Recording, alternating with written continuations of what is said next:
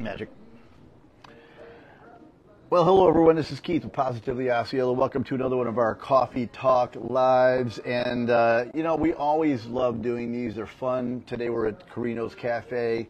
But they're not always like friends I've had for a bunch of years. We get to hang out and talk. And so today I'm with Jim Kenney, James Kenney.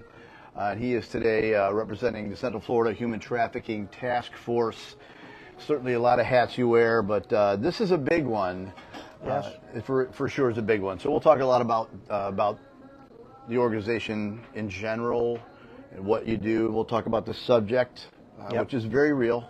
It is. Specifically where we are in the world and in Florida. But today we should talk about coffee. So we're like at Carino's Cafe. Coffee. Bam. Good morning. The branding is so real. It's good coffee. I was going to say something about having hope because hope is in the room. It's an inside joke.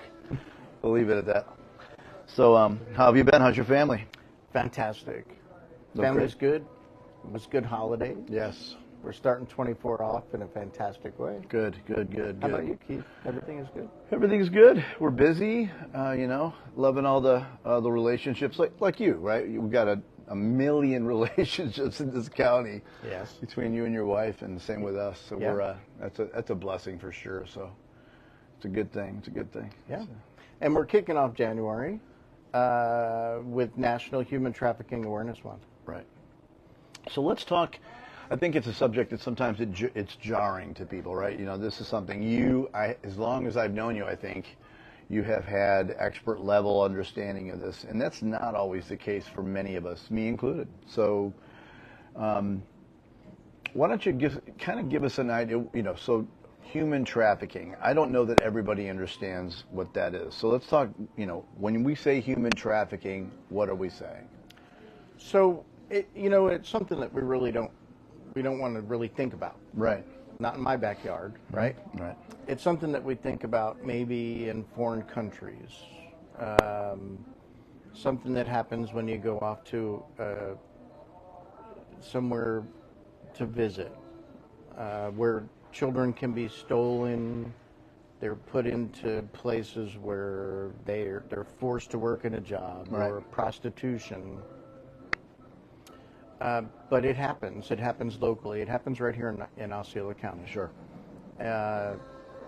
It's legally, the term is a form of forced slavery. Right.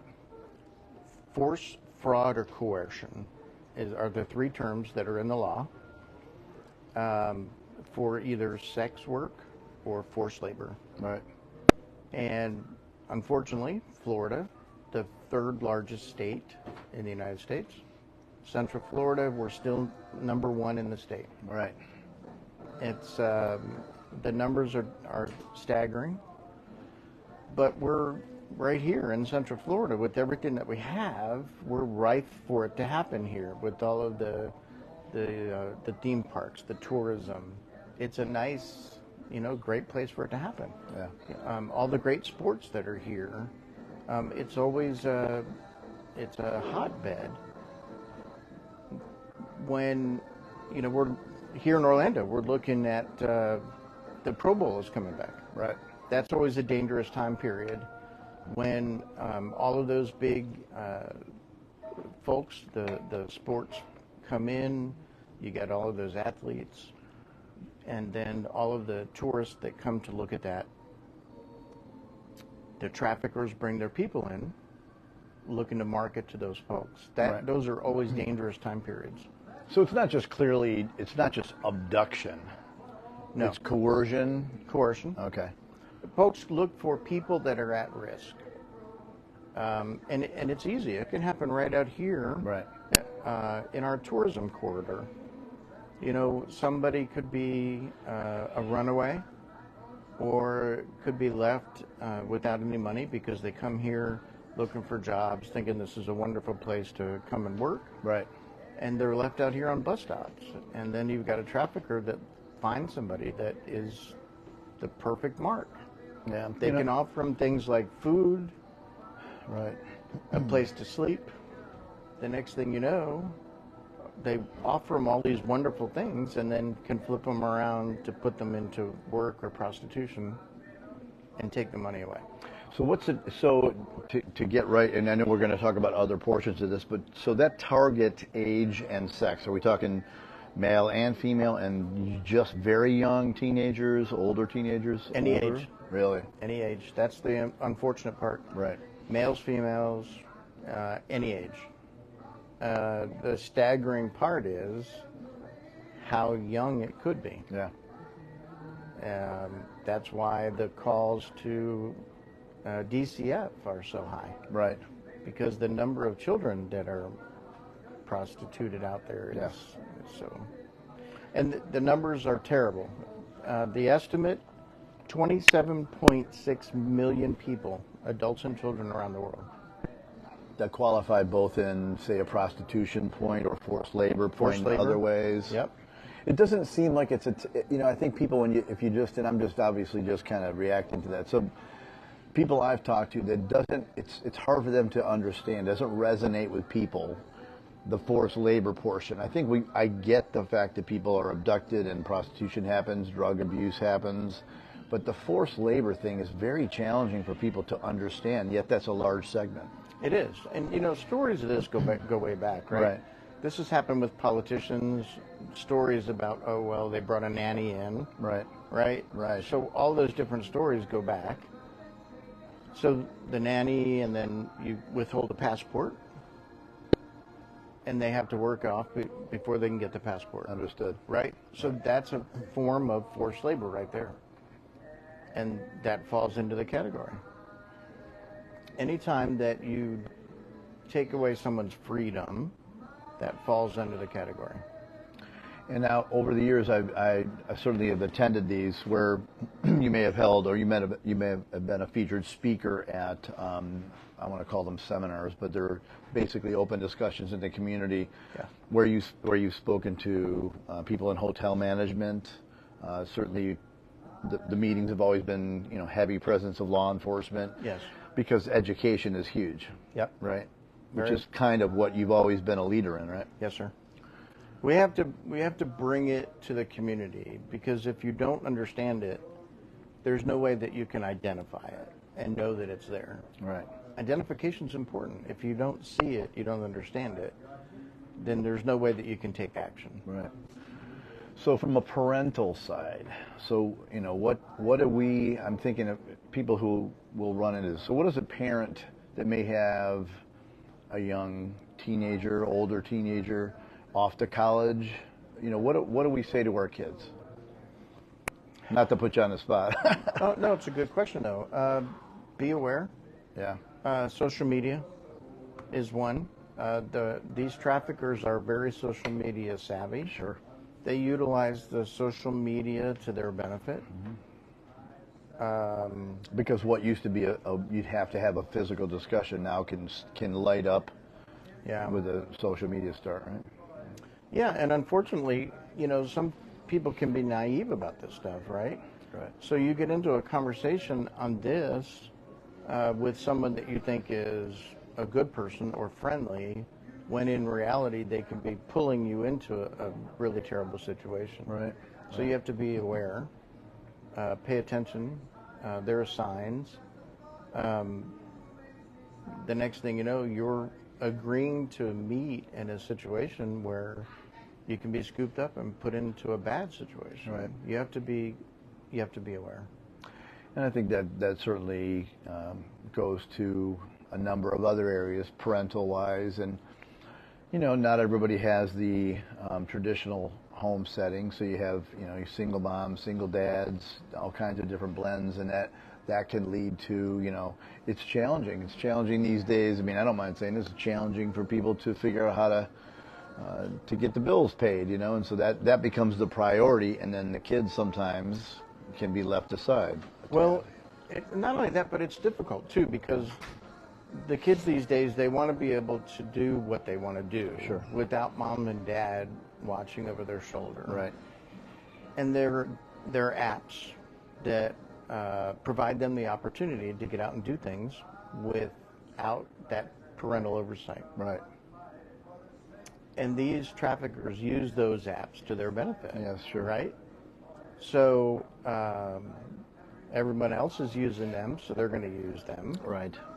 The traffickers use those apps, and that's how they can get their hands on you. Right. And if you're easily taken in, if you're naive, if you feel slighted, if you feel like your family isn't giving you the care and the comfort that maybe you feel like you deserve, Right. even if you're getting it but you don't think you are, Right. that trafficker is going to swoop in and provide you the comfort. Right. And that's how they coerce you into the relationship. Gotcha. Yeah, and I mean that's something that we discuss a lot. Being we're a social media based news organization, right? And we're local, but that is part of the challenge. We had a meeting about this in the staff the other day. That we see it. That's one of the challenges of social. Your kids could compare themselves, or adults also. We compare ourselves to somebody else's social media version of the real life, But younger kids if the adults are subjected to that, certainly the kids are on a different level. So we're talking obviously right now, and you've been involved with education, you've been involved with leadership and public awareness of human trafficking, and like you said, it is not everywhere else, but here it is definitely here. This is a great community, but this is a part of it that's not great. So you've got something happening tomorrow that we should probably share, correct? So tomorrow, because this is National Human Trafficking Awareness Month, tomorrow we have a great event. It's the Red Sand Project, and this is it's a nationwide event. Many communities get involved. This is something that started in Miami years and years ago, and it's spreading red sand. We spread this red sand through the cracks of the sidewalks as a symbolization of those victims that fell through the cracks into the hands of these traffickers.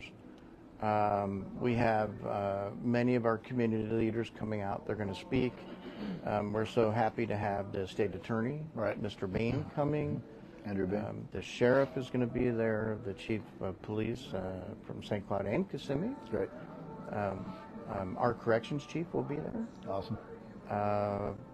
But it will be a great opportunity to hear from our community leaders, to talk about what we're doing to help fight trafficking in our community, the teamwork, the collaboration that we all have. And then we will take sand. We're going to step out on the sidewalk, spread the sand. We'd love to have people out. It's 10 a.m. tomorrow in front of the courthouse. Right. Please come out and join us. It would be a great opportunity to come out and show the support. And when you mentioned obviously state attorney, you mentioned Osceola County Sheriff's Office, Marcus Lopez, certainly Chief Kirky and Chief Holland, and Chief of Corrections. Yep. Great leadership involvement, but it can't stop there, right? Because I know they have the education end of it going on, certainly. But even that, if you weren't doing these things, if this organization wasn't doing this, all those organizations go on their own directions, right? Yes. So this does recenter things a bit, because it's a great reminder. It reinforces the collaborative effort of everyone working together, the resources. But that's what the task force is all about, these resources that we all have, so that if we identify that someone has been a victim, that they're now surviving this terrible stuff, that we have a resource where they can go to get help, to help heal, to move them away from that trafficker. Gotcha. Because generally they need help, because that trafficker is going to put them through a lot. And change them, right? Change them. Yeah. They get them hooked on drugs. We have to help them get away from the drug abuse. They have a large distrust of law enforcement, of the community. Right. They do everything that they can to turn them against their family. Yeah. They do everything possible to make sure that that individual doesn't trust anybody except for that trafficker. Right. So these resources are there to help recover them and bring them back to a good life. Yeah, it's a human restoration scenario, correct? It is. Yeah. It's not. I mean, it's not, and it's not. I'm sure not. I'm assuming it's not a very narrow band of time we're talking to restore. No, there's a time frame here, and there are resources to get safe housing, and the task force has been a major part of that collaborative effort too, to work through Tallahassee. Mm-hmm. They're working on standards for these housing efforts to make sure that safe housing does exist. That is monitored by an organization, yes, trusted like yourself. Yes, to make sure that the housing that's set up, they work with good standards so that these survivors are put into safe housing. Yeah. During that time period. And that's something that I've spoken to Tammy Douglas, executive director at Help Now. Yes.